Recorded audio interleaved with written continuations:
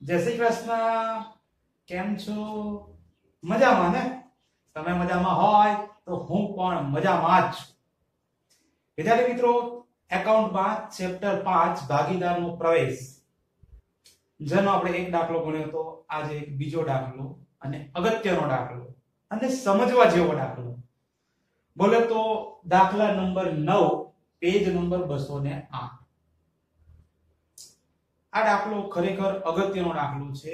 આ દાખલો આપણને ખબર પડી જાય ને તો પાછળ બધા દાખલા ફટાફટ આવડવા લાગે એવો દાખલો છે. તો ધ્યાન આપજો વિદ્યાર્થી મિત્રો. તો દાખલાની શરૂઆત કરીએ એ પહેલા આપણે ચાર ખાના દોરવાના હોય, ચાર ખાતા બનાવવાના, ચાર ખાતા બનાવી દીધા છે. પુનઃમૂલ્યાંકન, મૂડી ખાતા, રોકડ બેંક ખાતું અને ખાતું સરવૈયું. હવે પછી આપણે આનું ફોર્મેટ યાદ રાખીએ તો ખબર છે ને, તો એ ફોર્મેટ પણ આપણે લખી દઈશું ફટાફટ. પછી આપણે દાખલાની શરૂઆત કરીશું. ચલો, તો ફોર્મેટ તો ખબર જ છે, ઉધાર 3 એન્ટ્રી, જમા 3 એન્ટ્રી. એ જ વસ્તુ રોકડ બેંકમાં પણ ઉધાર 3 અને જમા 3. તો મૂડી ખાતાનું ફોર્મેટ લખીએ છીએ તો મૂડી ખાતાની જમા બાજુ આપણે લખીએ પહેલા બાકી આગળ લાવ્યા, જેમાં નવા ભાગીદારની બાકી હોય નહીં. ત્યાર પછી લખીએ રોકડ. શેના? તો કે નવો ભાગીદાર જે મૂડી લાવે એના. તો એમાં આ જૂની ના હોય, નવા ભાગીદારની મૂડી હોય. અને નંબર 3 માં પાઘડી નું પ્રીમિયમ. નવો ભાગીદાર જે પાઘડી લાવતો હોય એ પાઘડીનું પ્રીમિયમ આ જૂના ભાગીદારો વચ્ચે વેચવાની હોય તો ત્યાગના પ્રમાણમાં. ખબર છે ને? ખાલી આ એક જ વસ્તુ એવી છે પાઘડીનું પ્રીમિયમ કે જે ત્યાગના પ્રમાણમાં વેચાય છે, બાકી બધી વસ્તુ જૂના જ પ્રમાણમાં વેચવાની છે. ઓકે, જમા 3 એન્ટ્રી આવી ગઈ. એ રીતે ઉધાર બાજુ પણ 3 એન્ટ્રી. અહીંયા આગળ નવા ભાગીદારની પાઘડી છે તો અહીંયા આગળ જૂના ભાગીદારોની પાઘડી આવશે, એટલે કે પાઘડી બ્રેકેટમાં જૂની, જેમાં નવા ભાગીદારને કઈ લેવા દેવા નથી. અહીંયા રોકડ ખાતે નવા ભાગીદારની મૂડી છે, પણ અહીંયા આગળ પણ રોકડ ખાતે આવે કે જ્યારે પાઘડીનું પ્રીમિયમ જે છે એ ઉપાડી જાય ત્યાં. તો એમાં પણ નવા ભાગીદારને કશું ન આવે. અહીંયા બાકી આગળ લાવ્યા છે તો અહીંયા આગળ આવે આ બાકી આગળ લઈ ગયા. બોલો, ખબર પડે? બાકી આગળ લાવ્યા, બાકી આગળ લઈ ગયા. આ રોકડ નવા ભાગીદાર જે મૂડી લાવે છે ક્યાં લખવાની? અહીંયા રોકડ તો કે ક્યારે? જ્યારે પાઘડીનું પ્રીમિયમ ઉપાડી જતો હોય ત્યારે. અહીંયા નવા ભાગીદારની પાઘડી બોલે તો પાઘડીનું પ્રીમિયમ, અને અહીંયા આગળ જૂના ભાગીદારની પાઘડી આવશે જેને પાઘડી જૂની કહેવામાં આવે. આ જ રીતે રોકડ બેંકનું ફોર્મેટ લખીએ તો રોકડ બેંકની બાકી ઉધાર હોય તો ઉધાર બાજુ આવે આ બાકી આગળ લાવ્યા. ત્યાર પછી આપણે લખીશું ખાલી જગ્યાના મૂડી ખાતે. ખાલી જગ્યામાં કોનું નામ આવે? તો કે જે નવો ભાગીદાર હોય એનું. બોલે તો સોનું. ત્યાર પછી નંબર 3 માં આ પાઘડીના પ્રીમિયમ ખાતે. ચલો, ઉધાર બાજુ 3 એન્ટ્રી થઈ ગઈ. એ જ રીતે જમા બાજુ 3 એન્ટ્રી. ખાલી જગ્યાના મૂડી ખાતે, ખાલી જગ્યાના મૂડી ખાતે, અને આ બાકી આગળ લઈ ગયા. ખાલી જગ્યાના મૂડી ખાતે જૂના ભાગીદારોના નામ લખવાના અહીંયા આગળ. આસ્થા અને ના. બરોબર? અહીંયા આગળ ખાલી નવા ભાગીદારોનું નામ, અહીંયા આગળ બે જૂના ભાગીદારો. બાકી આગળ લાવ્યા અને બાકી આગળ લઈ ગયા. ખબર પડી ગઈ? પહેલા ચાર ખાતા દોરી દેવાના. ચાર ખાતા દોરીએ પછી મૂડી ખાતાનું અને રોકડ ખાતાનું ફોર્મેટ લખી દેવાનું. દરેક દાખલામાં આપણે આ વસ્તુ કરીએ છીએ અને કરવાની પણ. ખબર પડી ગઈ? રેડી? તો કરીએ દાખલાની શુભ શરૂઆત. ચાર બાકીઓથી. યાદ છે ને વિદ્યાર્થી મિત્રો? ચાર વાક્યોથી શુભ શરૂઆત કરવાની, જેમાં સૌથી પહેલા પાઘડીની બાકી, મૂડી ખાતાની બાકી. તો પેજ નંબર 208 ઉપર આવી જાઓ. દાખલા નંબર 9. આસ્થા અને આના એક ભાગીદારી પેઢીના ભાગીદારો છે. પાકો સરો નીચે મુજબ આપેલો છે. અને સોનું નવો ભાગીદાર આવે છે. તો તમને ખબર જ છે, પહેલા બે જૂના ભાગીદારોના નામ, પછી એક નવા ભાગીદારનું. એ જ રીતે ઉધાર બાજુ પહેલા જૂના ભાગીદારો અને પછી ત્રીજું નામ આવે એ નવા ભાગીદારનું. આ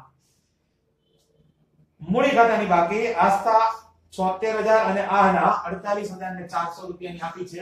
તો આપણે લખી દઈએ આ મૂડી ખાતાની જમા બાજુ આસ્થાના આપેલા છે 76000 રૂપિયા અને આના 48400 રૂપિયા. ત્યાર પછી ચાલુ ખાતું, તો ચાલુ ખાતાની તો બાકી આપણે હોય નહીં, કારણ કે ખાતું છે ને, હોય તો કરી, પણ હોય તો લખવાની, ના હોય તો નહીં લખવાની. ત્યાર પછી નંબર 3 આવો રોકડ બેંકની બાકી. તો રોકડ બેંકની બાકી જુઓ તમને 16000 રૂપિયાની આપેલી છે. તો રોકડ બેંકની આ બાકી આગળ લાવ્યા, જેમાં લખી દેવાના 16000 રૂપિયા. ક્લિયર? ત્યાર પછી નંબર 4 પાઘડીની બાકી, જૂની પાઘડી જેને કહીએ.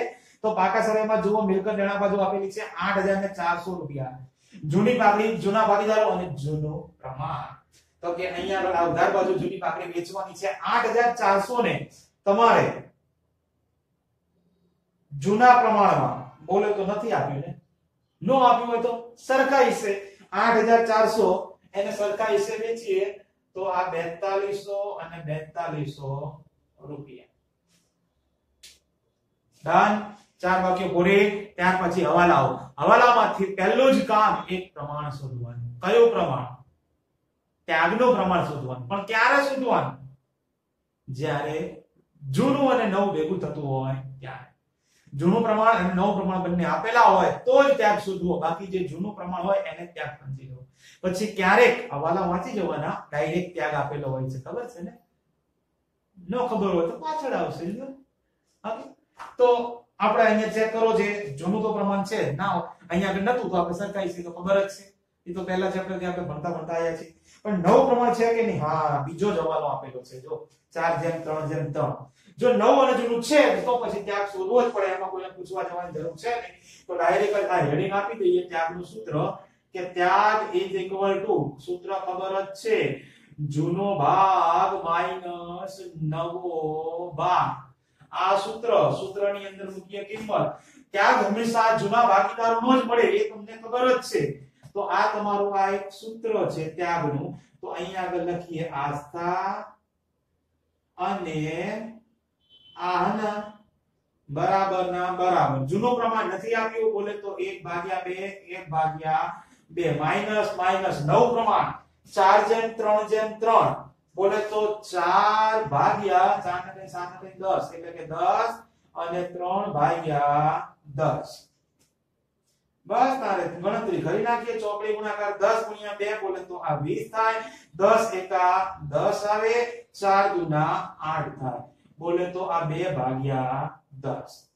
એ જ રીતે અહીંયા આગળ 10 દુના 20 થાય, 10 એકા 10 આવે અને 2 તરીના 6 થાય, તો આ 4/10. અહીંયાથી પ્રમાણ કાઢો તો આના 2 આના 4, બોલે તો 2/4. 2/4 બોલે તો 1/2. લ્યો, આ તમારું ત્યાગનું પ્રમાણ, બોલે તો 1/2 તમને અહીંયા આગળ મળી ગયું. ડન. હવાલામાંથી પહેલું જ કામ પૂરું કરી દીધું, ત્યાગનું પ્રમાણ શોધવાનું.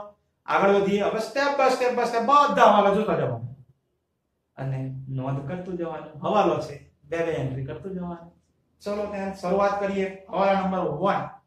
સોનું મૂડી તરીકે 80000 રૂપિયા અને તેના ભાગની પાઘડી પૈકી 7200 રૂપિયા રોકડા લાવશે.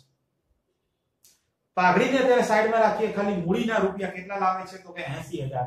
જો મૂડીના રૂપિયા આવે તો એક જ આમનો થાય, બરાબર? મૂડીના રૂપિયા આવે તો રોકડ ખાતે ઉધાર, તે સોનુના મૂડી ખાતે જમા. રોકડ ખાતાની ઉધાર બાજુ નામ આપણે લખેલું જ હોય, સોનુના મૂડી ખાતે ખાલી રૂપિયા જ લખવાના હોય. 80000 રૂપિયા અહીંયા ઉધાર લખીએ તો અહીંયા આગળ જમા બાજુ નામ લખેલું, જો રોકડ ખાતે નવા ભાગીદારની મૂડી તો અહીંયા પણ રૂપિયા જ લખવાના હોય 80000. સિમ્પલ. ત્યાર પછી પાઘડી, તો તેના ભાગની પાઘડી પૈકી 7200 રૂપિયા રોકડા લાવશે. પાઘડીના રૂપિયા રોકડા આવે એટલે 2 આમનો જ આવે, કારણ કે પાઘડીનું પ્રીમિયમ કહેવાય ને. તો 3 નંબરની ખબર છે ને, આપણે જે લિસ્ટ લખાવ્યું તો 5 આમનોધનું, એમાં ત્રીજા નંબરની આમનોધ હતી કે પાઘડીનું પ્રીમિયમ રોકડમાં લાવે, રૂપિયા રોકડા લાવે પાઘડીના પ્રીમિયમના. તો 2 આમનોધ, પહેલા રૂપિયા આવે તો રોકડ ખાતે ઉધાર, તે પાઘડીના પ્રીમિયમ ખાતે જમા. રોકડ ખાતાની ઉધાર બાજુ પાઘડીના પ્રીમિયમ ખાતે ખાલી રૂપિયા મૂકી દેવાના, આ 7200 રૂપિયા. બીજી આમનો જે રૂપિયા રોકડા લાયા હોય તરત જ ભાગીદારો વેચી દેવાના. બોલે તો પાઘડીના પ્રીમિયમ ખાતે ઉધાર તે જૂના ભાગીદારોના મૂડી ખાતે જમા. તો અહીંયા ઉધાર છે તો અહીંયા આગળ આ જમા બાજુ આસ્તા અને આનાના ખાનામાં આવે. બટ કિંતુ પરંતુ એ વેચવાના હોય ને, તો વેચવાના કયા પ્રમાણમાં? આ એક જ એવી વસ્તુ છે પાઘડીનું પ્રીમિયમ કે જે ત્યાગના પ્રમાણમાં વેચાશે.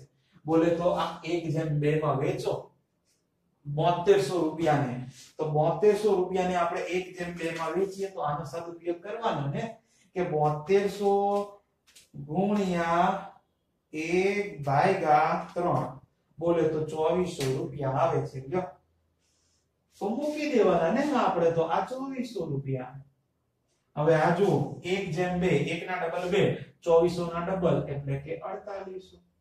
નો ખબર પડે તો વેચતા તો આવડે જ છે ને, વેચી દો ને, આવી જશે જવાબ 2448. ઓકે ચલો આગળ વધીએ. હવાલા નંબર 2 નવ પ્રમાણ આપેલું છે એનો ઉપયોગ કરી લીધો. નંબર 3 પાઘડીનું મૂલ્યાંકન 40000 કરવામાં આવ્યું. પાઘડીનું મૂલ્યાંકન ખબર છે ને, 3 પ્રકારની પાઘડી આવે. સૌથી પહેલા નવા ભાગીદારનો પ્રવેશ થાય એ પહેલા ધંધાની જે પાઘડી હતી એને જૂની પાઘડી કહીએ છીએ, જે જૂના ભાગીદારોની હોય. પછી નવો ભાગીદાર જે પોતાની પાઘડી લાવે છે જેને આપણે પાઘડીનું પ્રીમિયમ કહીએ છીએ, અને એ પાઘડી નવો ભાગીદાર લાવે છે, નવા ભાગીદારની હોય. વેચે જૂના ભાગીદારો પણ લાવે કોણ? નવો ભાગીદાર. એટલે નવા ભાગીદારની પાઘડી કહેવાય, જેને પાઘડીનું પ્રીમિયમ કહીએ છીએ.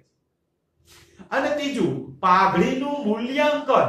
બોલે તો જૂના ભાગીદાર વત્તા નવો ભાગીદાર બંને બધા ભાગીદારો ભેગા થઈ નવું પાઘડીનું કિંમત જે નક્કી કરવામાં આવે ને એને પાઘડીનું મૂલ્યાંકન કહેવામાં આવે છે. બોલે તો નવી પેઢીની પાઘડી જે છે ને, બધા ભાગીદારો ભેગા થઈ જાય એટલે નવી પેઢીની રચના થાય, અને એ નવી પેઢીની જે પાઘડી છે એને પાઘડીનું મૂલ્યાંકન કહેવાય, અથવા તો પેઢીની કુલ પાઘડી કહેવાય, જે તમને આપેલી છે 40000 રૂપિયા. તો આપણે તો પેઢીની પાઘડીનું કઈ કામ નથી, આપણે તો જે નવો આવે છે એનો ખાલી ભાગ શોધવાનો હોય. તો નવો કોણ છે? તો કે સોનું. તો હેડિંગ આપી દો ને કે આ સોનુની પાઘડી બરાબર ટોટલ 40000 છે, પણ એને ગુણ્યા સોનુનો ભાગ કેટલો આપ્યો છે જુઓ નવા પ્રમાણમાં 4/3/3. છેલ્લો તગડો એ સોનુનો હોય તો 3 ભાગ્યા કેટલા થાય છે ટોટલ? તો કે 10. બસ તો કરી દો ને, 40000 ગુણ્યા 3 એટલે 4 તરીના 12 1,20,000 અને ભાગ્યા 10 બોલે તો આ 12000 રૂપિયા.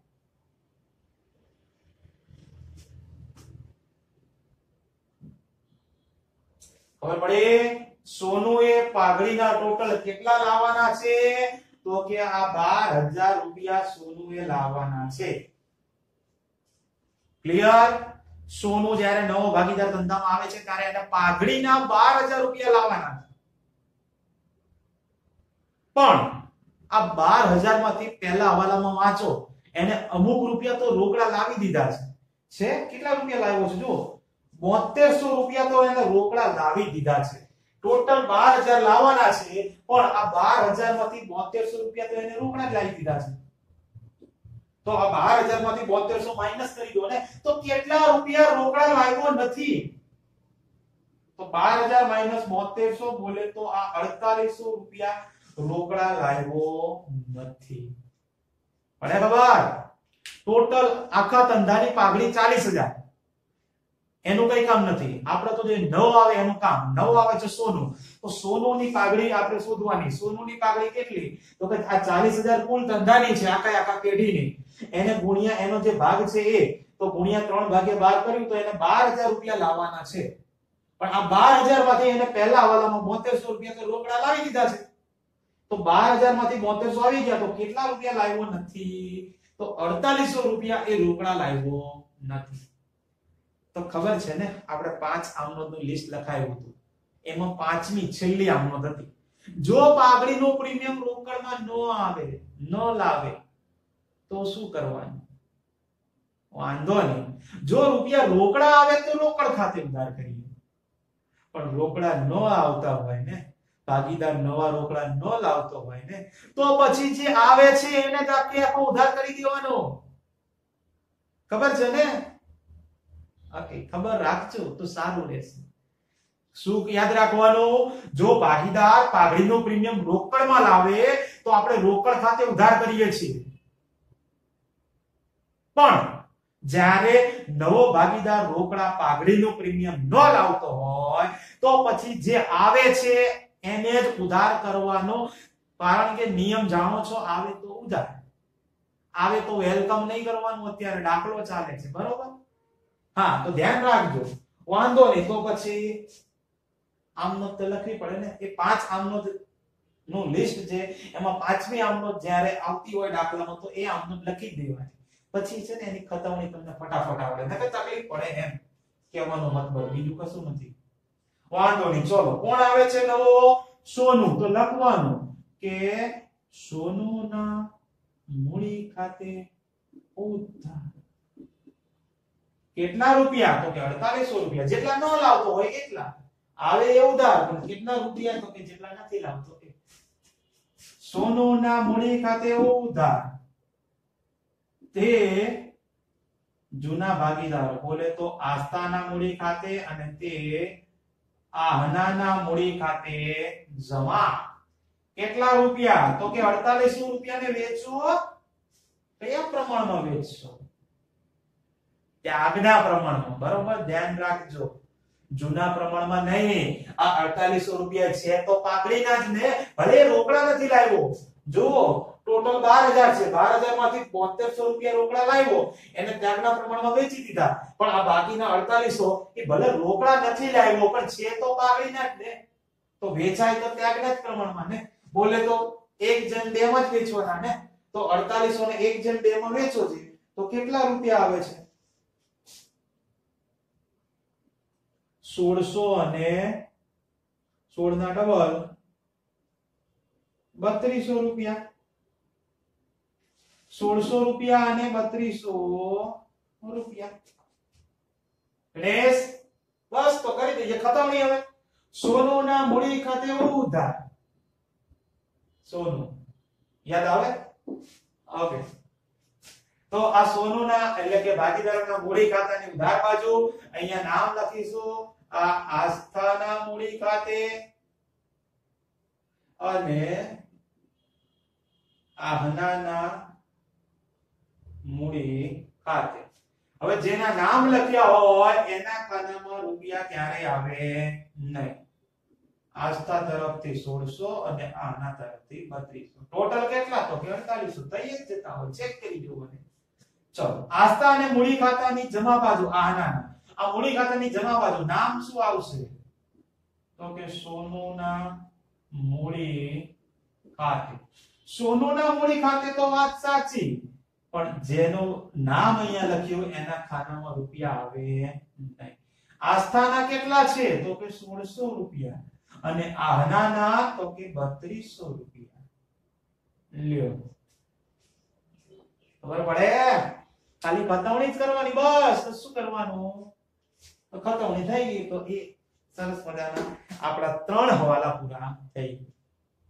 દાખલો બહુ સારો છે વિદ્યાર્થી મિત્રો, ધ્યાન આપજો. હજી કહું છું. 4 નંબર, કામદાર વળતરનો દાવો 3200 રૂપિયા મંજૂર કર્યો. સરસ, કામદાર વળતર. હા વિદ્યાર્થી મિત્રો, થોડો સમજવા જેવો પોઈન્ટ આવે છે. જે સમજવો બહુ જરૂરી છે, અને સમજી જશો ને તો પછી આગળના કોઈ પણ દાખલામાં આવો પોઈન્ટ આવશે તમને ગોખવો નહીં પડે, આવડી જ જશે મારી ટેકનિક વડે. બાકી તો જો તમે તમારી રીતે ગોખવા ગયા તો તકલીફ પડશે. તો ધ્યાન રાખો. હવે આમાં કઈક વાત એવી છે કે આપણે પહેલાના જમાનાની વાત કરીએ. એક જ મિનિટ, બહુ વાત નહીં કરીએ આપણે. પહેલાના જમાનામાં લોકો ધંધામાં ઓકે ઘરની અંદર, ધંધાની વાત પછી કરી, પહેલા ઘરની વાત કરી. ઘરમાં છે ને કોઈ આકસ્મિક જરૂરિયાત ઊભી થઈ જાય, અસિદ્ધાનું કોઈ દવાખાનું આવી જાય, અથવા તો કોઈ પણ આકસ્મિક જરૂરિયાત ઊભી થતી હોય અચાનક જ, તો એવી જરૂરિયાતને પહોંચી વળવા માટે છે ને એક જગ્યાએ એક વસ્તુની અંદર રૂપિયા ભેગા કરવામાં આવતા. ખબર છે કઈ વસ્તુ? એવી માટીની એક વસ્તુ આવતી સરસ મજાની નાની, અને એની અંદર રૂપિયો, 2 રૂપિયા, 5 રૂપિયા, 10 રૂપિયા કે એ રૂપિયા મૂકવામાં આવતા, અને એ વસ્તુ આખી ભરાઈ જાય અથવા તો પછી આકસ્મિક જરૂરિયાત ઊભી થાય ત્યારે એ વસ્તુનો ઉપયોગ કરવામાં આવતો. એ કઈ માટીની વસ્તુ હતી? That's the right answer. કઈ વસ્તુ? ગલ્લો. જોયો હશે તમે, કદાચ નહીં પણ જોયો હોય. મમ્મી પપ્પાને પૂછી વાંચજો, માટીની વસ્તુ એક સરસ મજાનો ગલ્લો આવતું, લગભગ તો જોયો જ હશે બધાએ, નો ડાઉટ, એમાં તો કોઈ ડાઉટ છે નહીં. એ ગલ્લાની અંદર રૂપિયા ભેગા કરવામાં આવતા. હવે પછી એ રૂપિયા તમે બચત માટે પણ ભેગા કરી શકો છો, અથવા તો પછી મેં કીધું એમ કે આકસ્મિક જરૂરિયાત ઊભી થઈ જાય, અથવા તો કોઈ વસ્તુ ખરીદવા માટે, કોઈ મેરેજ આવતા હોય તો મેરેજ ને સામે પછી કોઈ વસ્તુ લાવવાની હોય તો એના ખર્ચાને પહોંચી વળવા માટે અત્યારથી નાનપણથી રૂપિયા ભેગા કરવામાં આવતા હોય, થોડું ભવિષ્યનું પ્લાનિંગ કરવામાં આવતું હોય કે જેના કારણે એ વસ્તુ ઘરની અંદર આવે અથવા તો આકસ્મિક જરૂરિયાત આવે તો એ ગલ્લામાંથી રૂપિયા કાઢી શકીએ, એટલે કે વસૂલી નાખીએ અને જે રૂપિયા નીકળે એને પછી આપણે એવી જરૂરિયાતને પહોંચી વળવા માટે રૂપિયા વાપરીએ. એ ગલ્લાની વાત છે. તો એ જેમ ગલ્લો ઘરમાં આપણે ઉપયોગ કરતા આકસ્મિક જરૂરિયાતને પહોંચી વળવા માટે, એ જ રીતે ધંધાની અંદર પણ ગલ્લા રાખવામાં આવે છે.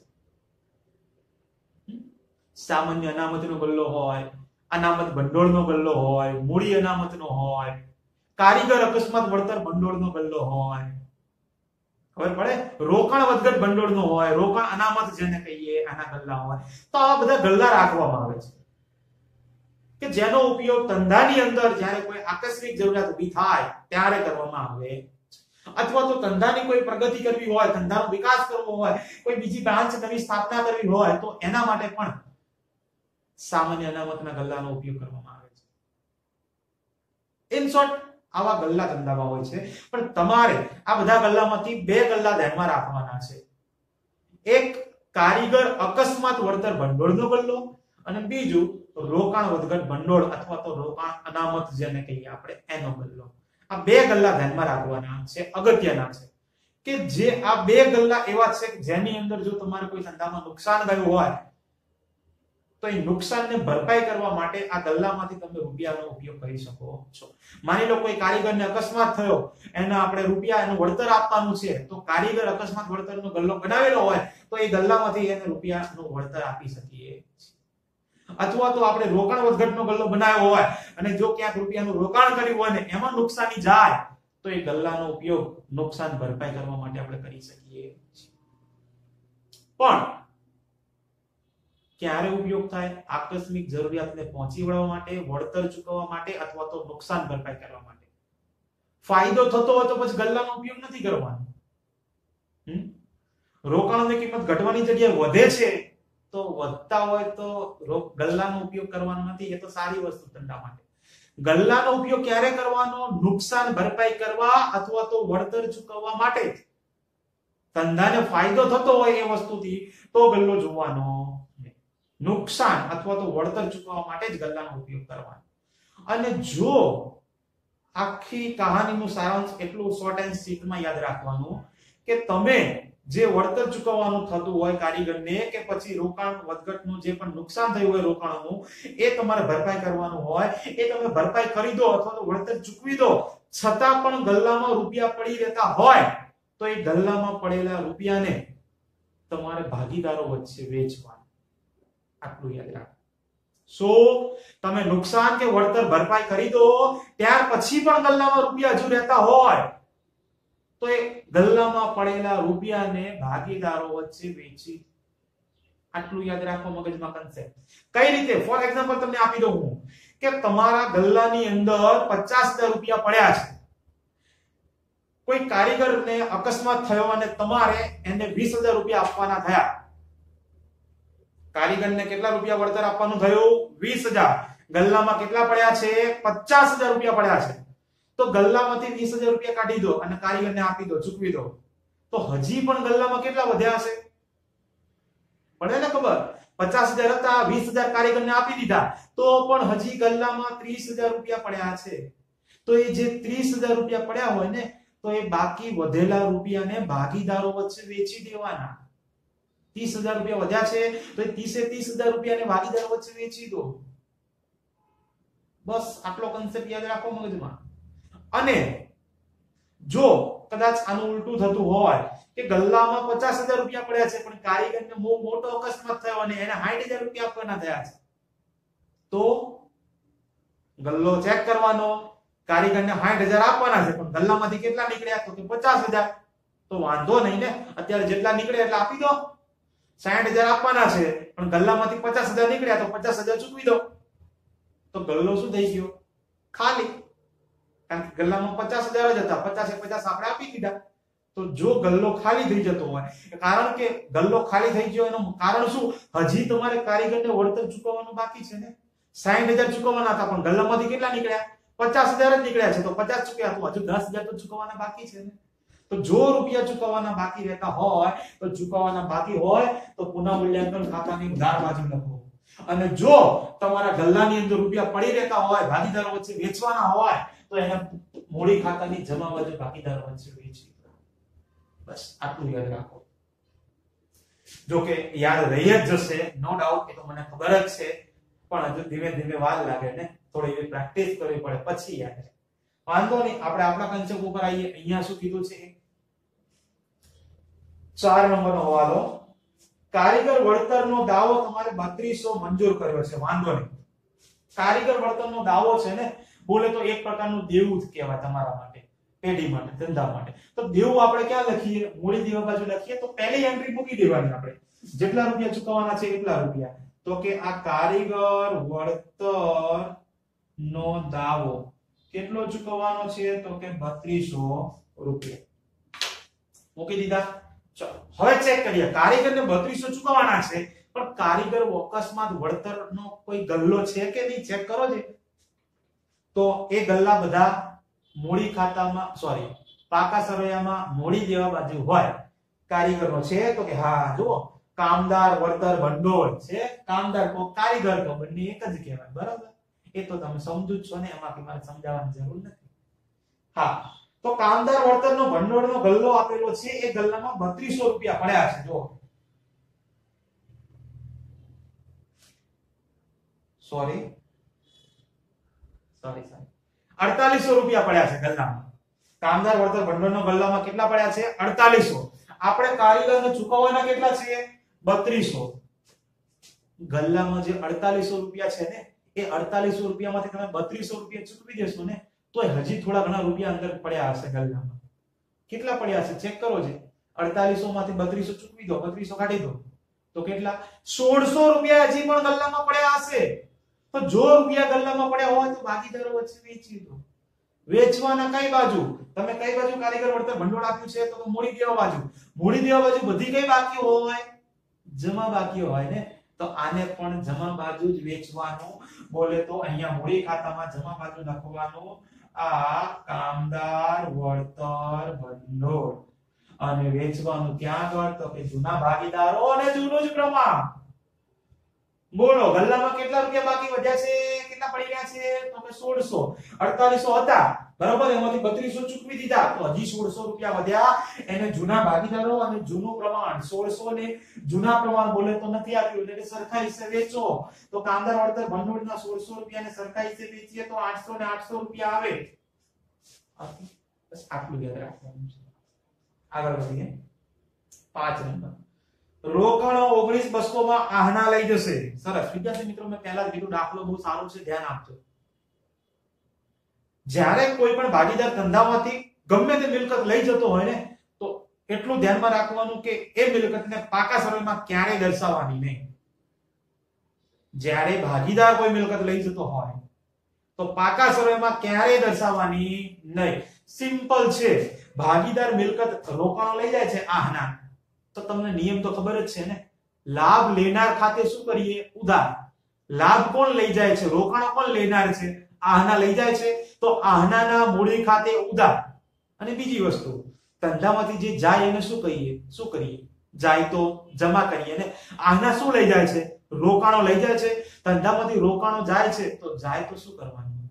જમા જ કરવાનું હોય ને.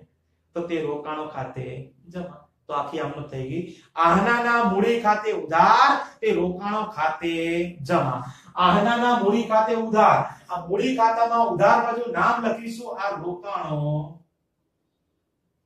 ખાતે. અને કેટલા રૂપિયામાં લઈ જાય છે? કોણ લઈ જાય છે? આહના લઈ જાય છે. તો આહનાના ખાનામાં રૂપિયા કેટલા રૂપિયામાં લઈ જાય છે? 19,200 માં. તો આ 19,200 રૂપિયા. અને બીજી વસ્તુ તમને આવી રીતે આમનો કરતા ન આવડતી હોય તો મગજમાં ફિટ કરી દો કે જ્યારે કોઈ પણ ભાગીદાર ધંધામાંથી કોઈ પણ મિલકત લઈ જાય ને તો એને ઉધાર બાજુ લખી દેવાની. અહીંયા આગળ જ આવે.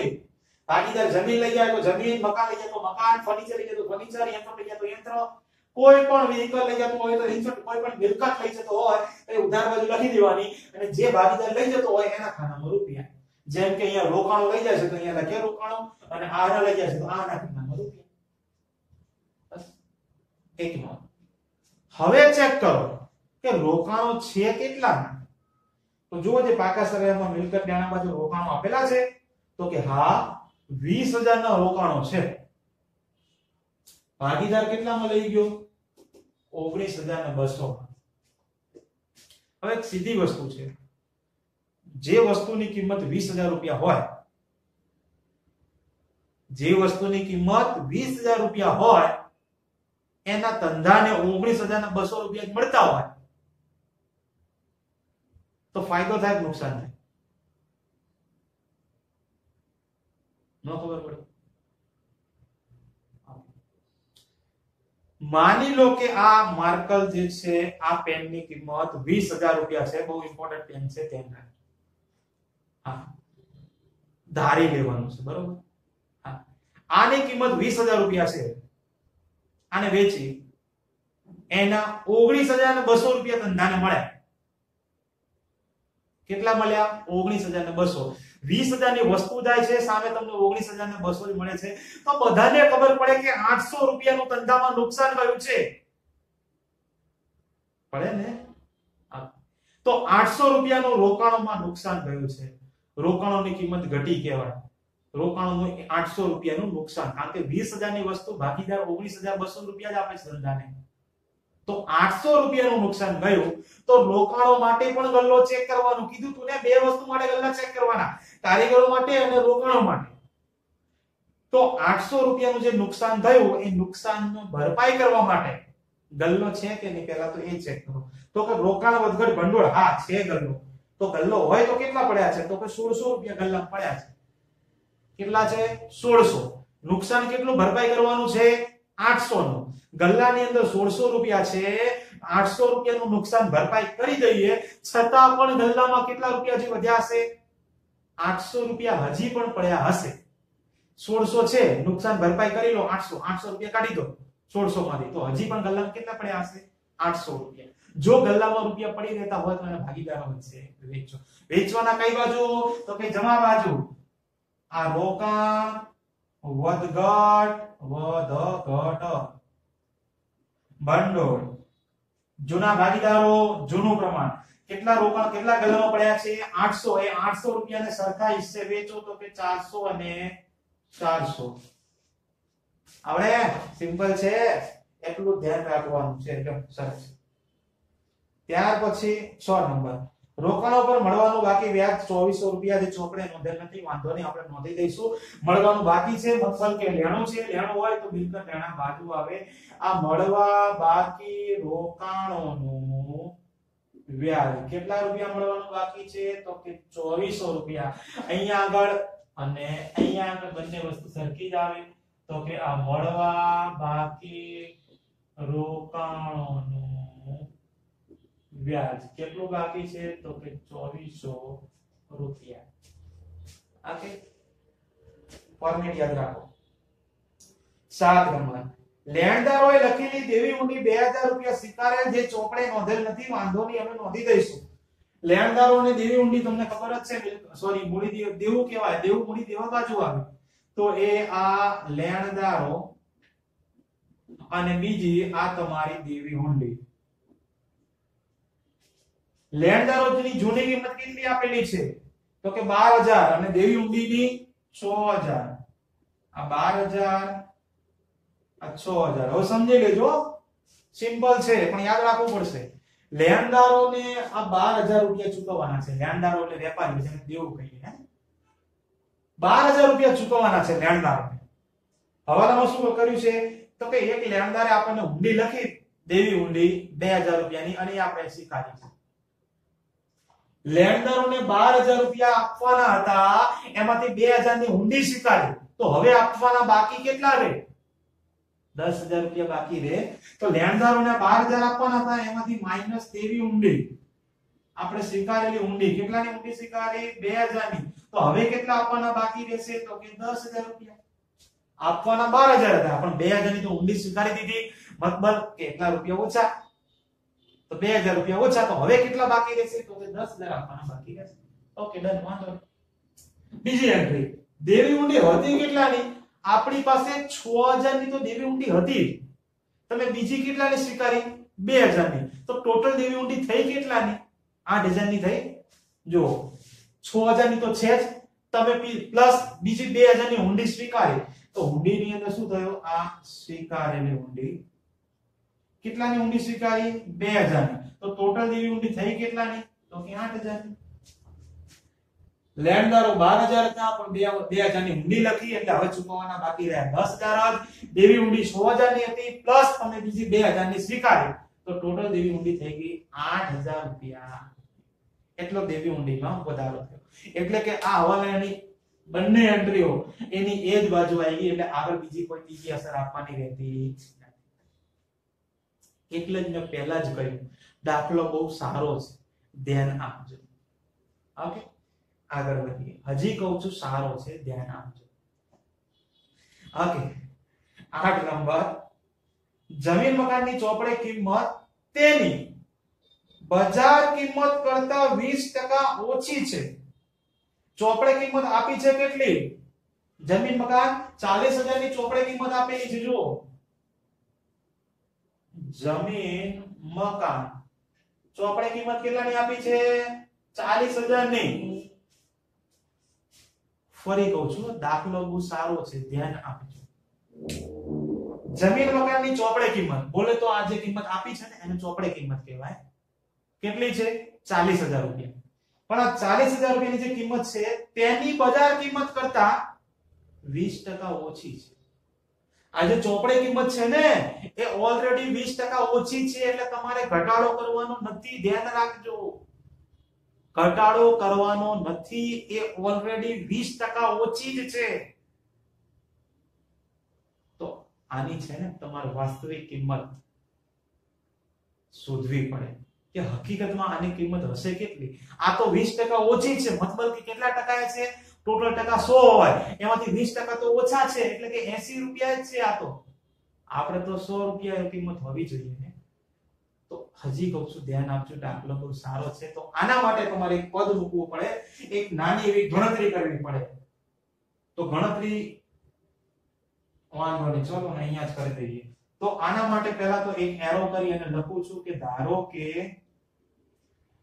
જમીન મકાનની કિંમત ની બજાર કિંમત બજાર કિંમત 100 રૂપિયા છે, પણ આની ચોપડે કિંમત કેવી છે? 20% ઓછી. તો કે 100 ના 20% એટલે કેટલા થાય?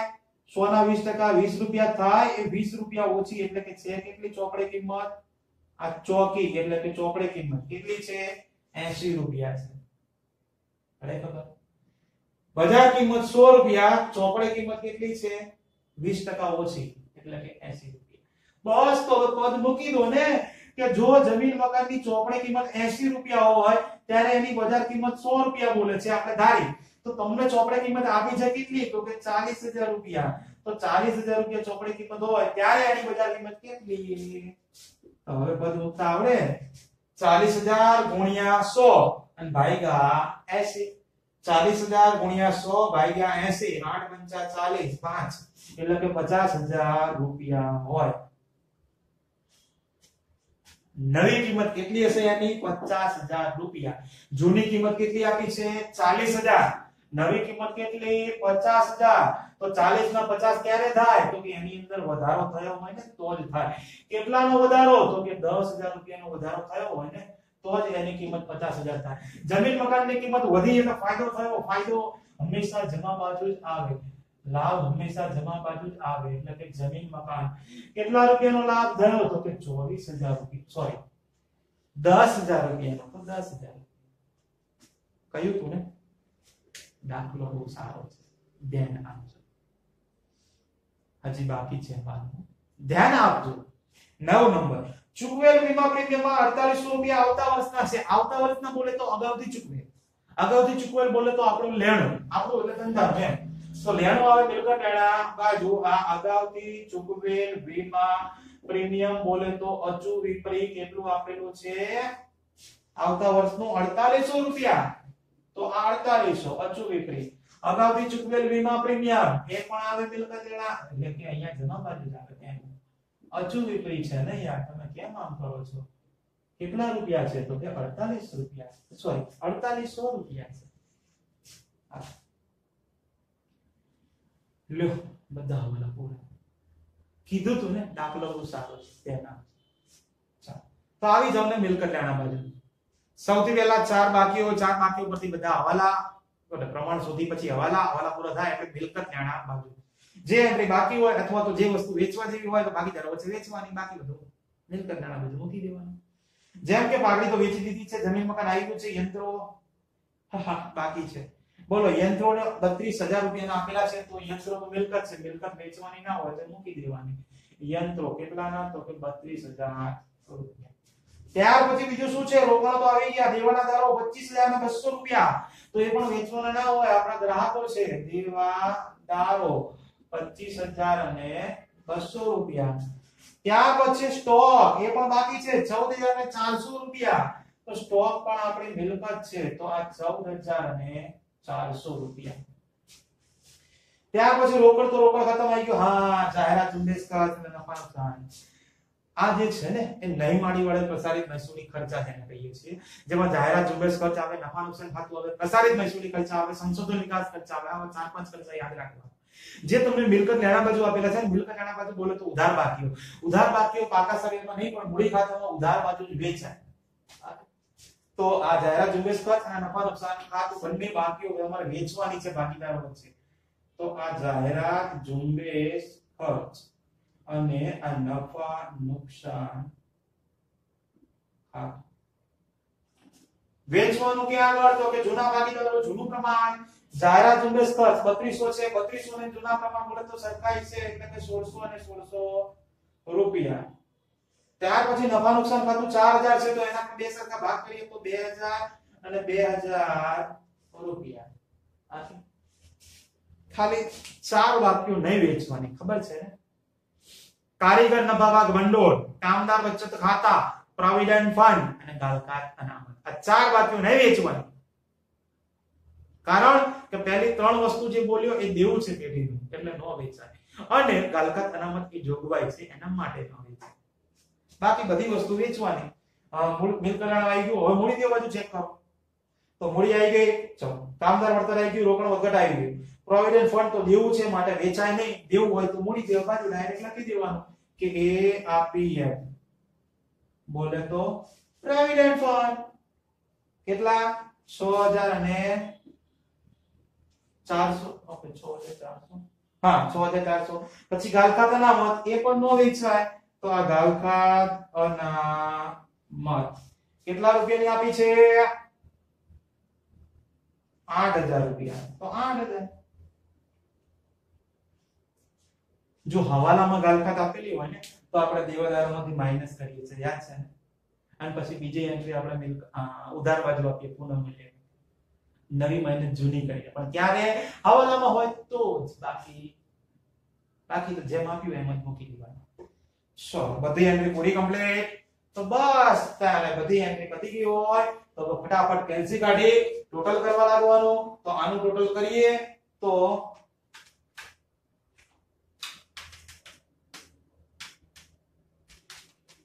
17,200 રૂપિયા આ 17,200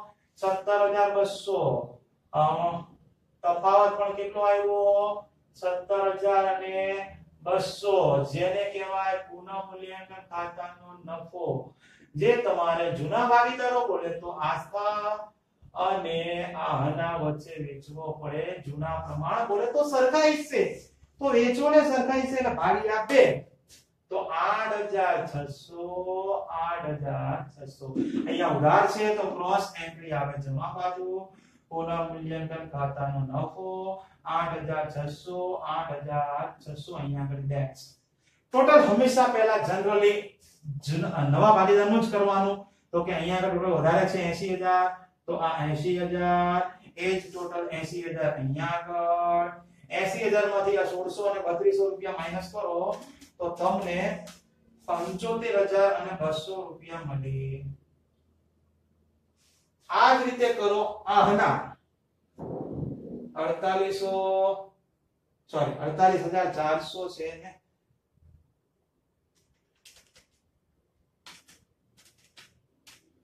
66,200 આમાંથી આ બધું માઈનસ કરો અહીંયા નથી આવ્યું ડેશ કરી દેવાનો ગભરીભાઈ નહીં થવાનો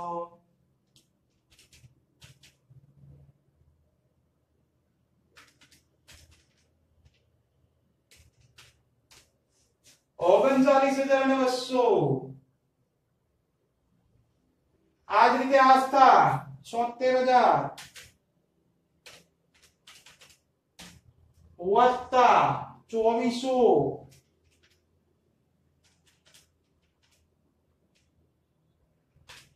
89,800 રૂપિયા તો આ 89,800 આ 89,800 89,800 માંથી બધું માઈનસ કરો 82,000 રૂપિયા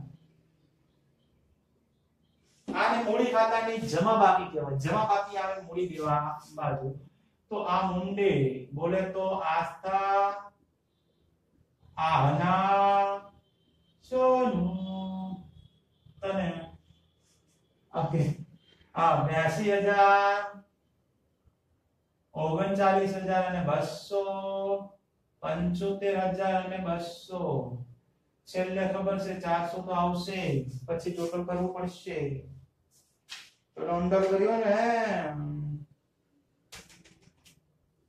1,96,400 આવે છે ત્યાર પછી ઉપર ટોટલ બાકી છે તો કરો 16,80,000 7200 1,03,200 બોલે તો 103,200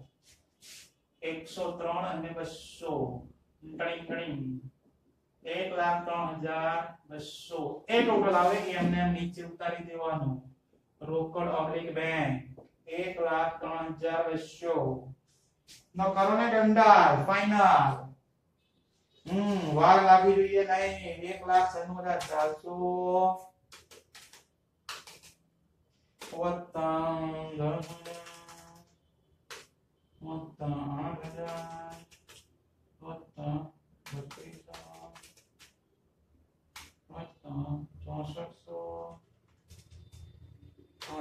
2,32,000 રૂપિયા તો આ બાજુ પણ કેટલું આવવું જોઈએ 2,32,000 રૂપિયા પણ ચેક કરી લેવાનું હો એ ભૂલવાનું નહીં 50,000 32,000 25,200 14,400 1,02,200 48,00 રાઈટ આન્સર 2,32,200 કયું તું ને દાખલો બહુ સારો છે ધ્યાન આપજો જો ધ્યાન આપ્યું હશે તો દાખલો મગજમાં ફિટ થઈ ગયો હશે અને જો હજુ ધ્યાન આપ્યું ન હોય કદાચ દાખલો મગજમાં ફિટ થયો ન હોય તો પછી વિડિયોને રિપીટ કરો ને એ તો તમે કરી જ શકો છો એમાં કઈ મારે કઈ જરૂર પડવાની નથી હવે ફરીથી દાખલો ગણાવવાની ખબર પડે એકદમ ડિટેલમાં દાખલો આપણે ગણાવ્યો છે હજી ખબર ન પડી હોય પાછો ચાલુ કરો ચેક કરો કોન્સ્ટન્ટેશન થી દાખલા ધ્યાનથી સમજો પછી જાતે ગણો કેટલી વખત 2 વખત બરાબર એ તો પૂછવાનું નહીં અને જો દાખલો વધારેમાં વધારે પ્રેક્ટિસ કરો 2 વખત 5 વખત તો બહુ સારું છે અને આના જેવો દાખલો તમને ઉદાહરણમાં આપેલો છે એની એક્સ્ટ્રા પ્રેક્ટિસ કરતા. બાકી આપણે તો મળતા રહીએ નેક્સ્ટ લેક્ચરમાં. અને દાખલાની પીડીએફ નીચે લિંકમાં આપેલી છે, એટલે તમારે જો હોમવર્ક કરવાનું હોય ને તો એને ડાઉનલોડ કરી ફટાફટ હોમવર્ક કરી શકો છો. પણ જેમ બને એમ જાતે ટ્રાય કરો એટલું સારું. બરોબર. બાકી આપણે તો મળીએ નેક્સ્ટ લેક્ચરમાં. ત્યાં સુધી બધાને Tata, bye bye, C you, અને પ્લીઝ ટેક કેર.